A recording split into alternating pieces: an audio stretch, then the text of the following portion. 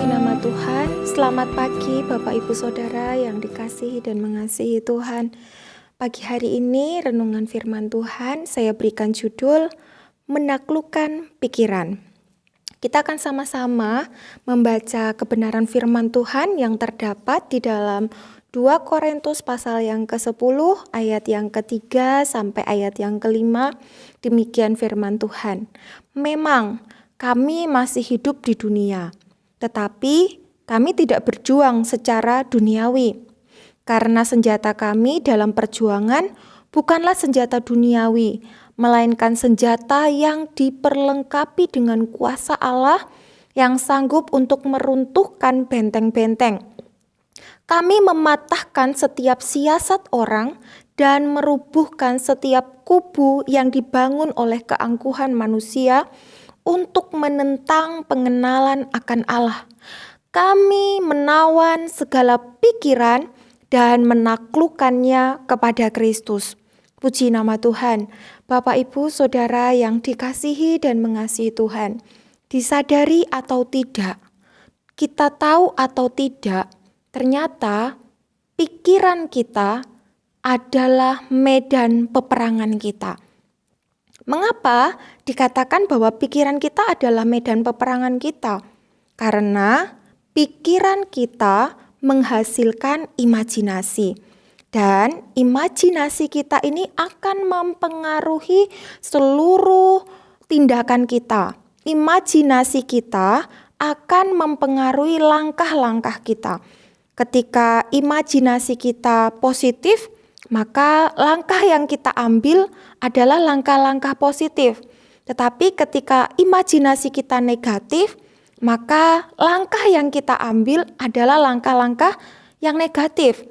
Apa itu langkah positif? Langkah positif ketika kita mengimajinasikan hal-hal yang positif, maka langkah positiflah yang kita ambil. Salah satu contohnya, mimpi, harapan, tujuan, aspirasi kita, misi-misi kita. Tentu yang kita ambil adalah sesuatu yang positif. Kita punya mimpi yang baik, kita punya mimpi, harapan yang baik jika imajinasi kita positif. Namun jika imajinasi kita negatif, maka langkah-langkah kita pun akan negatif. Ada ketakutan, ada kekhawatiran, dan ada kegelisahan. Oleh sebab itu, kita harus senantiasa memenangkan peperangan ini. Nah, apa sesungguhnya yang menjadi sebab? Apa yang menjadi penyebab dari peperangan di dalam pikiran kita? Kita akan lihat bersama-sama ya, bahwa peperangan di dalam pikiran kita itu disebabkan oleh apa yang kita lihat dan apa yang kita dengar. Disadari atau tidak, mata dan telinga kita adalah pintu untuk segala informasi kita terima. Mata dan telinga kita adalah pintu untuk semua yang ada di dunia ini, informasi di dunia ini masuk ke dalam pikiran dan hati kita. Oleh sebab itu, kita harus berhati-hati dengan mata dan telinga kita. Jika kita membaca di dalam kitab Amsal pasal 5 ayat yang pertama dikatakan, "Hai anakku, perhatikanlah hikmatku, arahkanlah telingamu kepada kepandaian yang kuajarkan." Mengapa kitab Amsal memperingatkan kepada setiap kita agar senantiasa mata dan telinga kita ini tertuju hanya kepada hikmat Allah. Mata kita memperhatikan hikmat Allah dan telinga kita arahkan kepada kepandaian yang diajarkan oleh firman Tuhan. Karena imajinasi yang positif adalah imajinasi yang dihasilkan oleh pemikiran-pemikiran yang diisi oleh fokus kepada firman Allah. Pendengaran-pendengaran akan firman Allah, itulah yang akan menghasilkan imajinasi-imajinasi yang positif.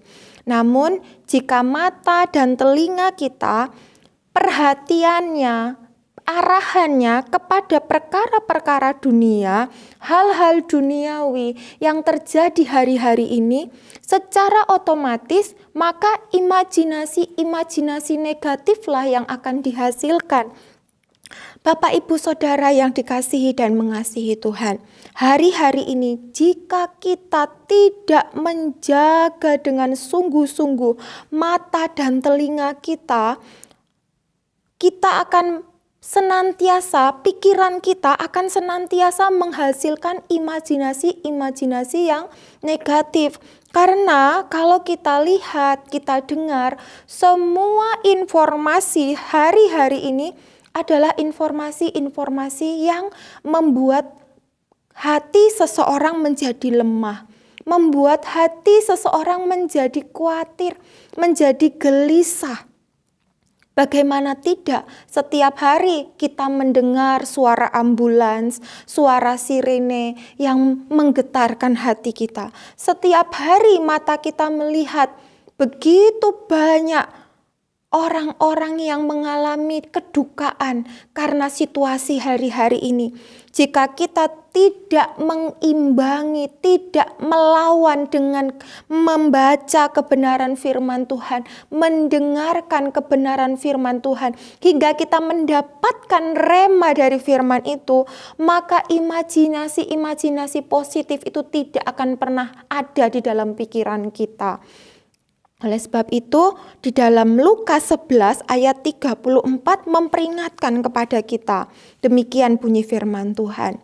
Matamu adalah pelita tubuhmu. Jika matamu baik, teranglah seluruh tubuhmu. Tetapi jika matamu jahat, gelaplah tubuhmu. Bapak, Ibu, Saudara yang dikasihi dan mengasihi Tuhan, betapa pentingnya kita untuk menjaga mata kita dengan kebenaran firman Tuhan, agar apa yang kita lihat itu menjadi terang, dan terang itu menerangi seluruh kehidupan kita. Karena betapa jika kita tidak mengontrol, tidak menjaga pikiran kita tidak dapat menaklukkan pikiran kita kepada Kristus, tidak bisa menaklukkan pikiran kepada Kristus. Di dalam kitab Efesus pasal 6 ayat 12-13 pun menjelaskan kepada kita bahwa hari-hari ini peperangan kita bukan peperangan secara lahiriah. Mungkin kita melihat para dokter berjibaku dengan istilah perang melawan virus yang ada ini. Tapi sesungguhnya peperangan kita hari-hari ini terletak di pikiran kita. Bisakah kita menaklukkan pikiran ini seperti yang tertulis di dalam 2 Korintus 10 ayat yang kelima, menaklukkan kepada Kristus. Agar apa? Agar firman itulah yang menguasai seluruh kehidupan kita, dan imajinasi-imajinasi positiflah yang kita hasilkan. Bagaimana caranya agar kita bisa memenangkan peperangan ini? Agar kita bisa menaklukkan pikiran kita kepada Kristus? Di dalam Yakobus 4 ayat 7 dikatakan, karena itu tunduklah kepada Allah dan lawanlah iblis, maka ia akan lari daripadamu. Satu-satunya cara untuk kita bisa menaklukkan pikiran kita kepada Kristus dan memenangkan peperangan ini adalah mengusir setan dari pikiran kita.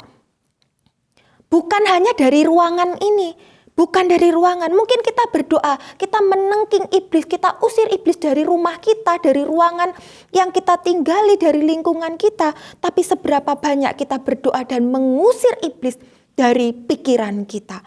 Puji nama Tuhan, saya percaya setiap kita diberkati oleh Tuhan. Mari kita berdoa.